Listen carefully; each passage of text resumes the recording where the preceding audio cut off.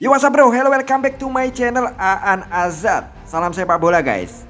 Wow, ya, kita akan bahas mengenai skema total football yang nanti akan diterapkan oleh Patrick Kluivert ya, ketika melatih timnas Indonesia. Dan Patrick ini nanti akan dibantu oleh asisten pelatih yang cukup terkenal ya, dan sudah terbukti, yaitu Alex Pastur dan Denny Lanzat guys. Dan di video yang bakal gue reaction ini akan membahas mengenai strategi dan skema yang akan diterapkan oleh Patrick Kluivert. Makanya buat kalian semua yang nonton video reaction ini, please tonton sampai selesai, jangan pernah di skip ya, supaya kalian tidak gagal paham. Oke, langsung aja kita spill video yang satu ini.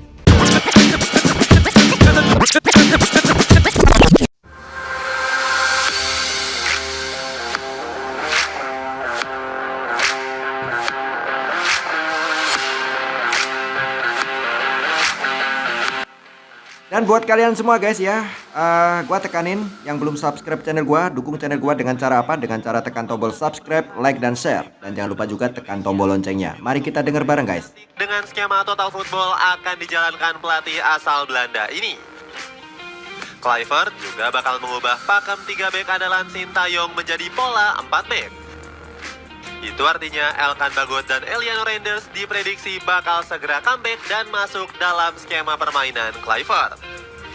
Wow, menarik sekali ini guys. Dengan strategi 4-2-3-1, skuad Garuda Nusantara diprediksi bakal tampil garang. Wow, formasi ini lebih menyerang guys. Indonesia bersama Patrick Kluivert sebagai berikut.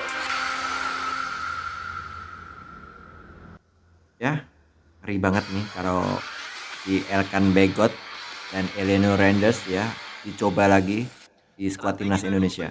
Patrick Kluivert. Tim nasional Indonesia menunjuk Patrick Kluivert sebagai juru taktik baru menggantikan Sintayong. Belum mulai bekerja, pelatih asal Belanda ini sudah berani mengumbar janji manisnya. Kluivert bernazar akan membawa pasukan tanah air lolos ke Piala Dunia 2026. Misi kami tentu saja untuk memastikan lolos ke Piala Dunia tahun depan. Saya pikir kami memiliki kemampuan dan kekuatan serta hasrat untuk mengejarnya, janji Kluivert. Harapan tersebut dinilai mampu diwujudkan Kluivert dengan bantuan komposisi skuad Garuda yang sudah matang. Namun skema permainan timnas Indonesia diprediksi bakal berubah total. Pelatih kelahiran Amsterdam ini diprediksi akan menggunakan formasi 4-2-3-1. Wow, strategi Kluivert tentunya membawa perubahan permainan yang lebih seimbang dalam fase bertahan dan menyerang. Ini berbeda ketika dilatih Sintayong yang cenderung terlalu fokus bertahan. Selain 4-2-3-1, Kluivert juga bisa beralih formasi andalan lainnya, yakni 4-3-3.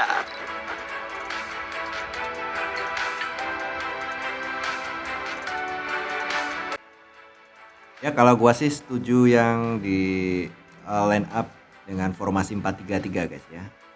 Karena ini akan lebih seimbang lagi untuk permainan timnas Indonesia. Akan membawa gaya main yang lebih menyerang layaknya total football. Permainan menyerang ala Kluivert ini konon katanya terinspirasi dari Johan Cruyff. Kluivert selalu percaya pada gaya sepak bola menyerang dan terus menggunakan taktik yang sama dalam perannya sebagai pelatih kepala Curaçao, ungkap jurnalis asal India Silars Saharoy. Dimanjakan dengan kemewahan sektor kiper. Patrick Kluivert dimanjakan dengan komposisi mewah di bawah mistar gawang. Pasalnya, skuad Garuda Nusantara dikabarkan akan menambah amunisi anyar dengan hadirnya Emil Auderu Mulyadi. Beberapa waktu yang lalu, Emil mengatakan dirinya telah bertemu dengan Erick Thohir. Saya sudah bertemu Pak Erick membicarakan tentang naturalisasi, namun kita lihat nanti, beber Emil. Tetapi kabar naturalisasi kiper Como ini masih belum ada tanda-tanda kemajuan.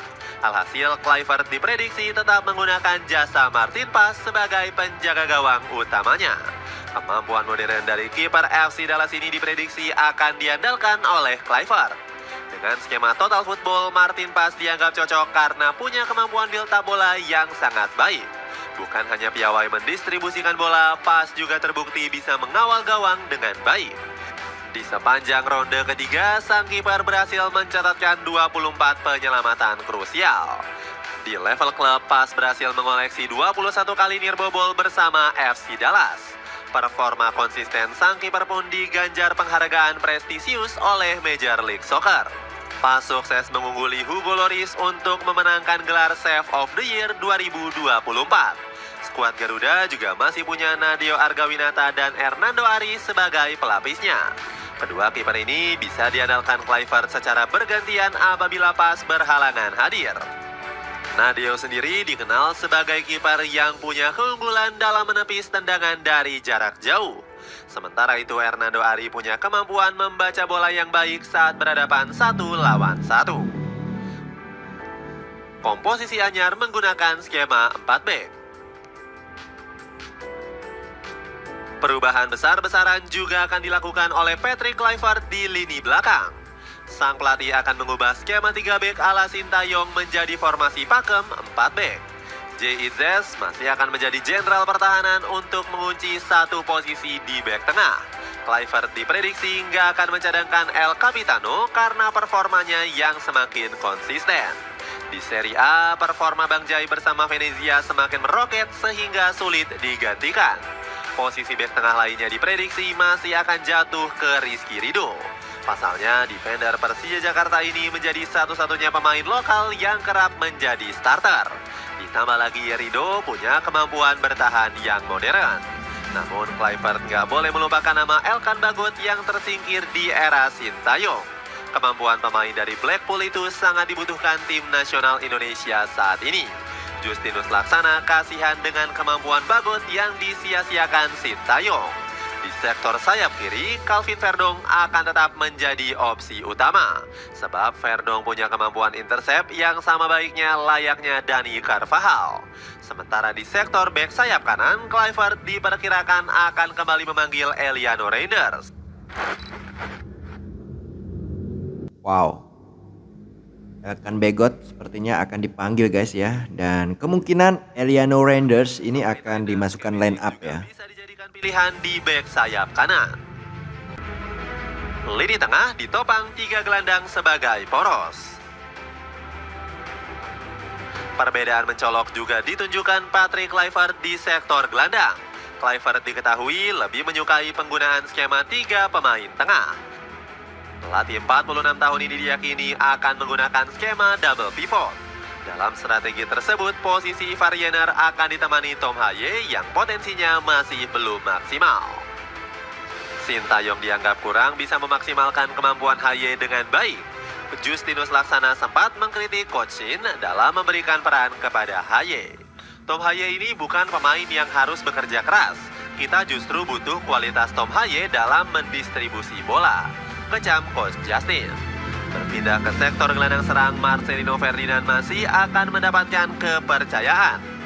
Pasalnya, Marceng kerap dipercaya sebagai kreator serangan skuad Garuda Nusantara. Apalagi pemain berusia 20 tahun ini punya visi yang mantap jika dimainkan dengan skema gerak tersusun. Alhasil, posisi Marcelino semakin gak tergoyahkan. Selain memanfaatkan amunisi yang ada, Kluivert dipastikan mendapatkan pemain tambahan di lini tengah.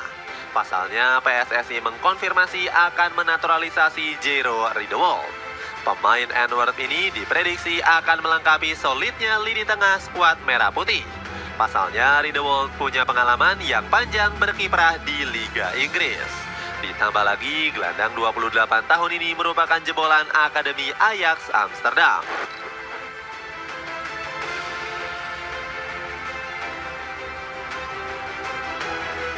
Wow, menarik sekali guys ya. Jika Jero Ridewolf bisa memperkuat timnas Indonesia, Harapan bisa tampil puas. Di sektor lini serang, Patrick Kluivert bisa mengandalkan trio Ragnar Oratmangun, Rafael Strijk, dan Ole Robeni. Nama terakhir sendiri diprediksi sudah bisa bermain pada bulan Maret mendatang. Walaupun proses naturalisasinya sempat tertunda, PSSI kini sudah mendapatkan kabar baik. Untuk Romeni, insya Allah proses surat menyuratnya sudah bergerak maju. ungkap Erick Thohir. Mulusnya proses naturalisasi Romeni juga dikonfirmasi oleh Kementerian Hukum. Ada satu yang sudah kami proses, tapi belum ada permohonan kepada kami, ungkap Supratman Andi Aktas. Di bawah asuhan Kluivert, Romeni diperkirakan bakal menempati sektor winger kanan. Sementara itu di posisi sayap kiri masih akan ditempati oleh Ragnar Oratmangun. Kemampuan Ragnar sendiri belum bisa dimaksimalkan oleh Sintayong. Pemain dari FC Vidender ini bahkan selalu membuang banyak peluang di sepanjang ronde ketiga ini. Namun di era Patrick Kluivert, Ragnar bakal dipoles lebih maksimal sebagai penyuplai bola ke Rafael Strijk. Strijk sendiri diperkirakan bakal masuk ke dalam skema karena gaya mainnya yang ngeyel. Pemain yang dijuluki El Klemmer ini dinilai sangat pas dengan taktik total football ala Patrick Kluivert. Strijk sendiri nantinya nggak cuma menunggu bola pasif namun dituntut bergerak menjemput bola. Oke guys, itulah media berita yang udah gua reaction buat kalian semua ya. Menarik sekali ya. Dan buat kalian semua, kira-kira lebih setuju formasi timnas Indonesia pakai formasi 4-3-2-1 atau 4-3-3. Dan formasi ini tentu akan sedikit merubah siapa aja yang bakal jadi starting line up di timnas Indonesia kelak guys ya. Karena ada beberapa pemain yang kemungkinan akan masuk di line up timnas Indonesia di era Patrick Kluivert guys ya. Kemungkinan besar Elkan Bagot ya akan dipanggil lagi, dan kemungkinan Eliano Renders akan dicoba untuk dimainkan. Dan tentu saja ini ada rumor yang sudah hampir 80%, Jerry Ritward ya, ini sedang diupayakan oleh PSSI supaya nanti Maret bisa memperkuat timnas Indonesia. Dan untuk Ole Romeni ya kemungkinan sudah 90% ya, dan sudah dipastikan ya, masih terkendala surat menyurat kemarin, dan kemungkinan akan dikebut ya supaya nanti ketika melawan Australia sudah bisa bermain dan menjadi striker yang tajam ya, dengan racikan yang akan dikemas oleh Patrick Kluivert dan beberapa asisten pelatihnya ya. Oke ya, makanya kita semua sudah ya sudahi drama kemarin ya. Sedih boleh ya, tapi kita harus menatap ke depan ya untuk tetap support timnas Indonesia di bawah asuhan Patrick Kluivert guys ya. Jangan sampai terjadi lagi ada ancaman gak mau nonton, terus sampai pemain diaspora juga diserang seperti contohnya Messi ya, karena akun IG-nya banyak sekali diserang oleh beberapa fan yang merasa mereka adalah penggemar berat dari Sintayong ya. Gua juga penggemar Sintayong, tapi udahlah ya, kita harus move on ya. Kita harus tetap dukung timnas Indonesia siapapun pelatihnya guys ya. Dan jujur gua gak sabar dengan skema total football yang mungkin akan diterapkan oleh Patrick Kluivert ya, supaya timnas Indonesia akan terbang lebih tinggi ya. Dan tentunya kita sudah tidak ingin ada alasan lagi timnas Indonesia nanti berproses ya. Intinya kita ingin hasil guys ya. Dan tujuan utama adalah lolos Piala Dunia 2026, bukan lolos ke Piala Dunia tahun 2030 ya. Intinya apapun itu kita ingin timnas Indonesia lolos ke Piala Dunia 2026. Amin. Oke, terima kasih sudah nonton video reaction ini sampai selesai ya. Dan nantikan video reaction gua selanjutnya. Salam sepak bola.